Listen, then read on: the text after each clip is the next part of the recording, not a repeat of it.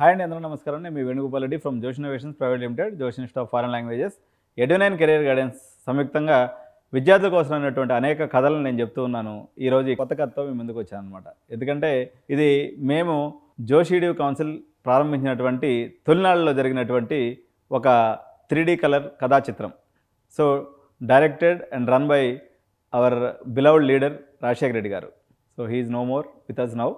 Still his legacy and మంచి ఉద్దేశంతో ప్రారంభించబడినటువంటి fee reimbursement పథకం యొక్క కహానీని ఈరోజు తల్లిదండ్రులు, విద్యార్థులందరూ కూడా తెలుసుకోవాల్సినటువంటి అవసరం ఉంది. దీని యొక్క కహానీ ఎక్కడ ప్రారంభమైంది, దీని యొక్క ఏ ఉద్దేశంతో దీన్ని ప్రారంభించారు, ప్రారంభించినప్పుడు దాని యొక్క స్థితిగతులు ఎలా ఉన్నాయి, అది తెలంగాణ 2014లో రోసయ్య గారు ముఖ్యమంత్రిగా ఉన్నప్పుడు కొన్ని అమెండ్మెంట్స్ జరిగినాయి. దాని తర్వాత కిరణ్ కుమార్ రెడ్డి గారు ఉన్నప్పుడు కొన్ని అమెండ్మెంట్స్ జరిగినాయి. తర్వాత కేసీఆర్ హయాంలో కొన్ని అమెండ్మెంట్స్ జరిగినాయి. ప్రస్తుతానికి రేవంత్ అన్న హయాంలో ఇంకొన్ని అమెండ్మెంట్స్ జరుగుతూ ఉన్నాయి. అసలు ఈ ఫీజు రీయింబర్స్మెంట్ ఏంది, దీని కథ ఏంటి? 2008లో చాలా తక్కువ ఇంజనీరింగ్ కాలేజీలు ఉన్నాయన్నమాట. 2007లో నుంచి 2008 ఆ పీరియడ్లో మనకు మొత్తం ఆంధ్రప్రదేశ్, తెలంగాణ అంతా కలిపి కూడా పట్టిమని ఒక 150 ఇంజనీరింగ్ కాలేజీ కూడా లేకుండే. అప్పుడు యాక్చువల్గా రాజశేఖర రెడ్డి గారు కూడా ఆయన గుల్బర్గాలో ఎక్కడో చదువుకున్నాడు MBBS. ఇక్కడ ఎక్కడ సీట్ దొరక్క ఆయన అక్కడ పోయేసి చదువుకొని వచ్చాడు అనమాట. సో మన పిల్లలందరూ కూడా బెంగళూరుకి, చెన్నైకి వెళ్ళి చదువుకునేవాళ్ళు.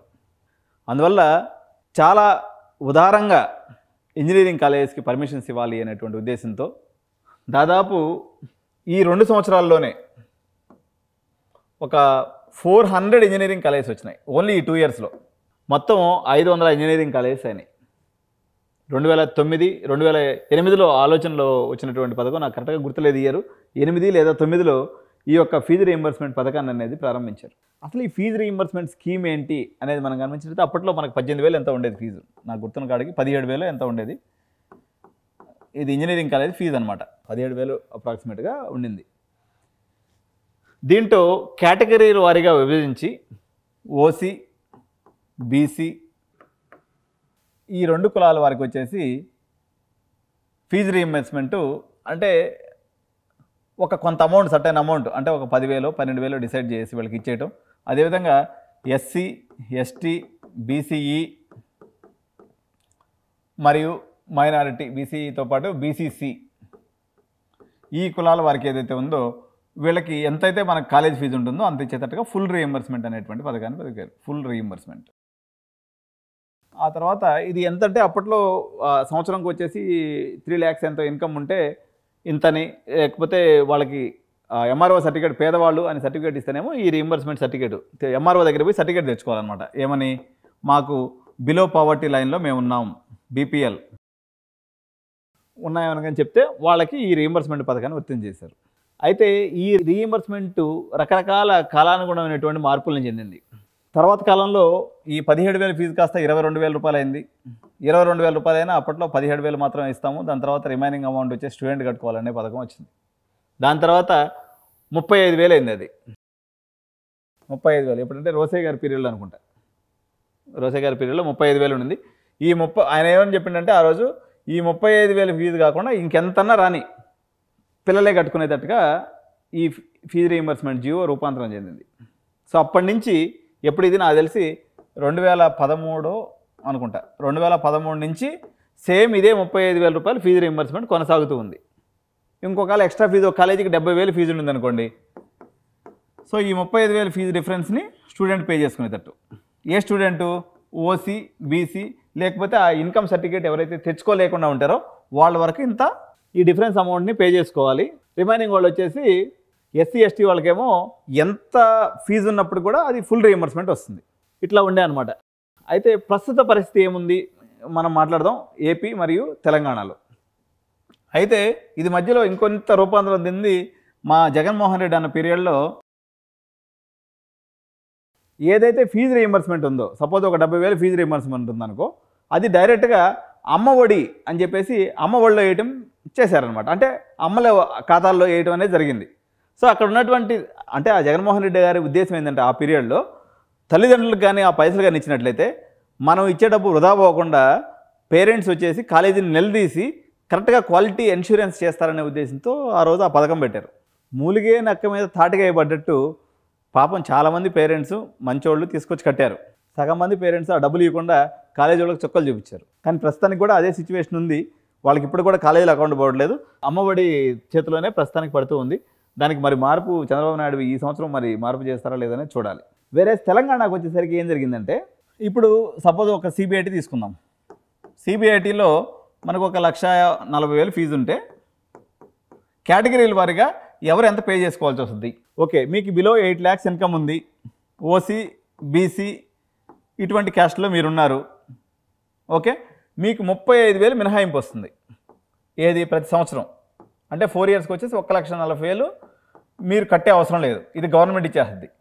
సో రిమైనింగ్ అమౌంట్ 1,05,000 రూపాయలని మీరు పే చేయాలి. రేపొద్దున మీకు అలాట్మెంట్ ఆర్డర్ వస్తుంది కదా, ఈ 1,05,000ని ఒకటేసారి మీరు ఆన్లైన్లో పే చేయాలి. కాబట్టి ఈ 1,05,000 మీరు రెడీగా పెట్టుకోవాలి. ఈ 1,05,000 ఇంటూ 4 సంవత్సరాల పాటు మీరు కట్టుకుంటూ పోవాలన్నమాట. అదేవిధంగా ఎస్సీ ఎస్టీ అనుకో, ఎస్సీ ఎస్టీ కానీ లేకపోతే ఫుల్ రీయింబర్స్మెంట్ కేటగిరీ స్టూడెంట్స్ ఎవరైతే ఉంటారో, SC ST BCC BCE and minorities, లేకపోతే ఫిజికల్లీ హ్యాండిక్యాప్డ్ వీళ్ళు కానీ, లేకపోతే గవర్నమెంట్ కాలేజెస్లో గవర్నమెంట్ జూనియర్ కాలేజెస్లో ఎవరైతే ఇంటర్మీడియట్ చదువుతారో, ఇది తెలంగాణ వరకు అండి, గవర్నమెంట్ జూనియర్ కాలేజెస్లో ఎవరైతే ఇంటర్మీడియట్ చదువుతారో వాళ్ళందరికి కూడా ఫుల్ రీయింబర్స్మెంట్ వస్తుంది. వీళ్ళు ₹1 కట్టే పనిలే. కాలేజీలో 1,40,000 ఫీజు ఉంటే 1,40,000 ప్రభుత్వం ఇచ్చేస్తుంది. కాబట్టి మీరు ఎటువంటి డబ్బులు రెడీ చేసుకోవాల్సినటువంటి అవసరం లేదు. తెలంగాణలో ఉన్నటువంటి గవర్నమెంట్ ఎంప్లాయీస్ మీరు కాకుండా ఉండి, మీరు 8 lakhs బిలో ఇన్కమ్ ఉండి, మీరు SC ST BCE BCC and government junior కాలేజీలో చదివినటువంటి విద్యార్థులు అయితే మీరు ఫీజు రీయింబర్స్మెంట్కి పూర్తి స్థాయిలో అర్హులు. కాబట్టి మీరు ఎటువంటి ఫీజు సిబిఐటి కాలేజ్ అయినా లేదా చిన్న కాలేజ్ అయినా, ఇది కాలేజ్తో సంబంధం లేదు, ఎనీ కాలేజ్ మీకు ఫుల్ రీయింబర్స్మెంట్ వస్తుంది. అయితే 2024 సంవత్సరంలో దీనికి ఒక చిన్న మార్పు జరిగింది. ఈ మార్పు మంచికో చెడుకో కానీ జరిగిందనమాట. మా కేసీఆర్ సాబు ఉన్నప్పుడు ఏం జరిగిందంటే, ఈ ఎస్సీ ఎస్టీకి సంబంధించినటువంటి ఫీజు రీయింబర్స్మెంట్ ఏదైతే ఉందో, ఎందుకు వీళ్ళకి ఫుల్ రీయింబర్స్మెంట్ వస్తుందంటే, కేంద్ర ప్రభుత్వం వీళ్ళకి 50% ఇస్తుందన్నమాట. సపోజు సిబిఐటిలో 140 ఉందనుకుంటే, ఇందులో నుంచి 70,000 రూపాయలు కేంద్ర ప్రభుత్వం ఇస్తుంది, సెంట్రల్ గవర్నమెంట్. దీనికి 70,000 రూపాయలని స్టేట్ గవర్నమెంట్ వేసుకొని వాళ్ళకి ఫుల్ రీయింబర్స్మెంట్ ఇస్తుంది. ఇది పథకం. ఈ పథకంలో ఏం చేసిందంటే, ఇప్పుడు దాదాపు ఫీజు రీయింబర్స్మెంట్ బకాయిలు 7,000 కోట్లు 10,000 కోట్లు పెరిగిపోయి ఉన్నాయి. మా కేసీఆర్ సాబ్ టైంలో ఈ యొక్క ఎస్సీ ఎస్టీలకి సెంట్రల్ గవర్నమెంట్ ఇచ్చినటువంటి 70,000 రూపాయల నిధుల్ని దారి మళ్లించేశారు. కాలేజీలకు ఇవ్వకుండా ఇతర పథకాలకి మళ్లించారు. రైతు బంధు అనుకోండి, లేదా కాలేజీలో అనుకోండి, వాట్ ఎవర్ ద ప్రాజెక్ట్స్ మళ్లించేశారు. దాంతో ఈ డబ్బులు కాలేజీలకి చేరలేదు. అందువల్ల కాలేజీలకి డబ్బులు రానందువల్ల పిల్లవాళ్ళు పాస్ అవుట్ అయ్యి బయటకు వెళ్ళిపోతున్నారు. వాళ్ళకి సర్టిఫికేట్స్ కాలేజీలో ఇవ్వట్లేదు. వేలాది కంప్లైంట్స్ సెంట్రల్ గవర్నమెంట్కి పోయినాయి. దాంతో ఈ సంవత్సరం నుంచి ఈ 1,40,000 రూపాయలని డైరెక్ట్గా మీ అకౌంట్కి వేసేస్తారు. మీరు ఏ కాలేజీలోనే చేరండి, కాలేజ్ యొక్క ఫుల్ రీయింబర్స్మెంట్ మీకు పడిపోద్ది. డబ్బులు మీరు పోయి కాలేజీకి కట్టాలి. ఇది కొత్తగా వచ్చినటువంటి మార్పు. దీనివల్ల చాలా ప్రయోజనాలు ఉన్నాయి. మా రేవంత్ అన్న ఢిల్లీకి పోయి ఉన్నాడు. వచ్చిన తర్వాత మంచి ఖతర్నాక్ జీవో ఏదైనా తీసుకొని వస్తే దీని మీద మనం రచ్చ రంబోలో చేద్దాం. కానీ ప్రస్తుతానికి పెద్ద ఆయన ఏదైనా జీవో తీసుకొచ్చేదాకా ఇది కాలేజీ వాళ్ళకి చుక్కలు కనిపించే జీవో, మనకేమో పండగ చేసుకునే జీవో. ఎందుకంటే అకౌంట్లో డబ్బులు మనకు పడుతున్నాయి. మనం కాబట్టి కట్ చేసుకుని రిమైనింగ్ కాలేజీ వాళ్ళకి కడతాం, అంతే కదా. సో ఇదన్నమాట స్టోరీ. ఇది ఎస్సీ ఎస్టీకి సంబంధించినటువంటి ఫీజు రీయింబర్స్మెంట్కి సంబంధించినటువంటి వచ్చినటువంటి అమెండ్మెంట్. ఇది కాకుండా ఈ ఫీజు రీయింబర్స్మెంట్లో ఇతర ఇబ్బందులు ఏముంటాయి అనేది మనం గమనించినట్లయితే, ఇప్పుడు ఎస్సీ ఎస్టీది క్లియర్ అయిపోయింది. ఓకే, బీసీ ఓసీకి సంబంధించి మనం ఇప్పుడు దాకా కాలేజీ వాళ్ళు చేసే కరప్షన్ గురించి మాట్లాడాం కదా. ఇది మాత్రం గత 10 ఏళ్ల నుంచి నేను చేస్తున్నటువంటి దాదాపుగా 70% పేరెంట్స్ చేసే కరప్షన్ ఎటువంటిదో నేను చెప్తాను చూడండి. ఏమని చెప్పినారు, 8 లక్షల లోపు మీకు ఇన్కమ్ ఉంటే సంవత్సరానికి మీకు ఫీజు రీయింబర్స్మెంట్ ఇస్తామని గవర్నమెంట్ చెప్పింది. మనోడు బెంచ్ కార్ వేసుకొని వస్తాడు ఫీజు రీయింబర్స్మెంట్ సర్టిఫికేట్ ఎత్తుకొని. ఓకే, ఇది స్ట్రైట్ అవే లూటీ కదా. చాలామంది Singareni employees, central government employees, వాళ్ళు గవర్నమెంట్ ఎంప్లాయీస్ ఒక్కొక్కరికి నెలకు 1,50,000 జీతం ఉంటుంది. అంటే వాళ్ళు 12-14 లక్షలు అంటే వాళ్ళు ఆల్రెడీ క్రీమీ లేయర్ దాటిపోయారు. వాళ్ళు పోయేసి ఎంఆర్ఓ సర్టిఫికేట్ తీసుకొచ్చి ఫీజు రీయింబర్స్మెంట్ తీసుకుంటారు. ఇంతవరకు 2008లో ఫీజు రీయింబర్స్మెంట్ పథకం వచ్చినప్పటి నుంచి ఇప్పటిదాకా దొంగ ఎంఆర్ఓ సర్టిఫికేట్ తీసుకొచ్చి వీడు అనర్హుడైన ఫీజు రీయింబర్స్మెంట్ తీసుకున్నారు అని ఒక్క కేసు కూడా నమోదు కాల. కాబట్టి ఇది ఉదారంగా వదిలేశారు. సరే వాడికి లేదని చెప్తున్నాడు, ఇచ్చేద్దాం, మంచిదే ప్రభుత్వానికి. కానీ మీరు చేసినటువంటి డబ్బు లేనటువంటి వాళ్ళు ఫీజు రీయింబర్స్మెంట్ తీసుకోవడం ఏమాత్రం తప్పు కాదు. కానీ అన్నీ ఉన్నదాన్ని పోగొట్టుకోకూడదు అనేటువంటి ఒక దురాశ ఏదైతే ఉందో మీరు చేసినటువంటి ప్రక్రియ వల్ల ప్రభుత్వాలు 7,000 కోట్ల రూపాయల మేరకు ఫీజు రీయింబర్స్మెంట్ బకాయిల్ని కాలేజీలకు ఆపేసినాయి. దానివల్ల అనేక కాలేజీలు మూతపడ్డాయి. అనేక మంది ఇంజనీరింగ్ కాలేజీలు క్వాలిటీ మెయింటైన్ చేయలేక సన్నగిలిపోయి తెలంగాణ భవిష్యత్తే ప్రమాదంలో పడిపోయింది. అపరిచితుల్లో చెప్పినట్టుగా, సార్ మేము చేసింది ఇంత తప్పే కదా, నేను ఒక్కనే చేసినాను కదా అని మీరు అనుకున్నారు. కానీ మీరు ఒక్కరు కాదు, మీతోటే మరో 50,000 మంది తయారయ్యారు. నిజంగా నేను నా కళ్ళతో చూసిన కాడికైతే 80% ఈ ఇన్కమ్ సర్టిఫికేట్స్ ఇచ్చేవాళ్ళందరూ కూడా దొంగ సర్టిఫికేట్సే తీసుకొస్తున్నారు. పేదవాళ్ళు లేరని నేను అంటలేదు. ఉన్నటువంటి వాళ్ళు నిజంగా ప్రభుత్వం దగ్గర నుంచి ఆదరణ పొందొచ్చు. వాళ్ళ దగ్గర నుంచి తీసుకొని వాళ్ళ దగ్గర నుంచి లబ్ధి పొంది వాళ్ళు చదువుకొని సమాజానికి ఉపయోగపడితే that is well and good. ఏదో ఒక రోజు అది రేవంత్ అన్నయ్య చేస్తాడా, లేకపోతే ఇంకో గవర్నమెంట్ వచ్చినప్పుడు చేస్తుందా, ఏదన్నా ఒకరోజు ఎంక్వైరీ పడితే మీ ఉద్యోగాలు పోతాయి. చాలామంది గవర్నమెంట్ ఎంప్లాయీస్ కూడా ఫీజు రీయింబర్స్మెంట్ సర్టిఫికేట్ తెచ్చుకుంటున్నారు. ఇది చాలా తప్పు, అలా చేయొద్దు. ఓకే, ఇది ఫీజు రీయింబర్స్మెంట్ యొక్క స్టోరీ. ఆంధ్రప్రదేశ్లో అయితే ఫీజులన్నీ తగ్గించేశారు, ఇదైపోయింది. తెలంగాణలో కొంతమేరకు మెరుగ్గా ఉంది. ఈ టోటల్ స్ట్రక్చర్లో ఏదైనా ప్రభుత్వాలు కానీ ఇంకోటి కానీ ఒక పాలసీ డెసిషన్ చేసేటప్పుడు కడుపు మండిపోద్ది. మనం తెలుగు వాళ్ళని చెప్పుకోవడానికి కడుపు మండిపోద్ది అన్నమాట. పక్కన ఉన్నటువంటి బెంగళూరు కాలేజెస్, పక్కన ఉన్నటువంటి తమిళనాడు కాలేజెస్, ఎంతెందుకు నేను కూడా హైదరాబాద్ కాలేజెస్, ఆంధ్ర కాలేజెస్ వరస్ట్గా మెయింటైన్ చేస్తున్నాయి, ఢిల్లీ కాలేజెస్ బ్రహ్మాండంగా ఉన్నాయని చెప్పేసి ఢిల్లీని ప్రమోట్ చేసి వందలాది అడ్మిషన్లు చేసిన. ఎందుకు చేయాల్సి వచ్చింది? మీరు అతి కొద్ది మంది చేసినటువంటి తప్పు వల్ల, మీరు దొంగ సర్టిఫికేట్లు ఎత్తుకొని వచ్చి ఫీజు రీయింబర్స్మెంట్ అనడం వల్ల, ఆ డబ్బుల్ని ప్రభుత్వం ఎగ్గటం వల్ల, కాలేజీ వాళ్ళు సరిగా మెయింటైన్ చేయలేకపోవడం వల్ల, తద్వారా క్వాలిటీ డెలివరీ కాలేకపోవడం వల్ల రాష్ట్రం కుంటుపడింది.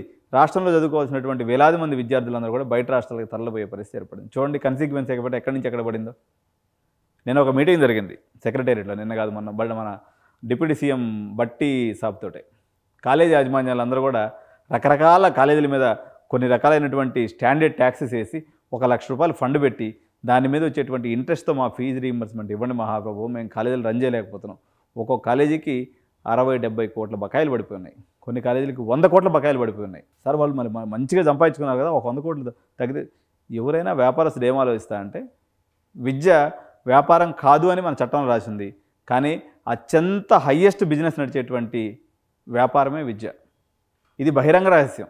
ఇందాక మీరు చెప్పినట్టుగా మీరెవరు పేదవాళ్ళు కాదు, కాలేజీ వాళ్ళు ఎవరు బుద్ధిమంతులు కాదు, అంతే కదా. ఇప్పుడు చాలామంది కామెంట్ పెడుతూ ఉంటారు, సార్ వీళ్ళు దొంగలు, అందరూ డొనేషన్లు తీసుకుంటున్నారు.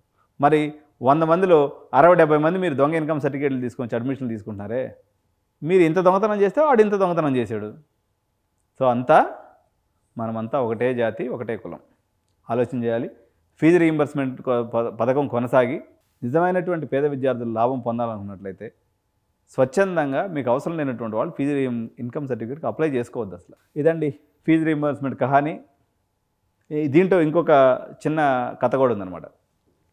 సరే, గవర్నమెంట్ ఫీజు రీయింబర్స్మెంట్ పెట్టింది, 4th ఇయర్ వరకు మీరు చదువుతారు.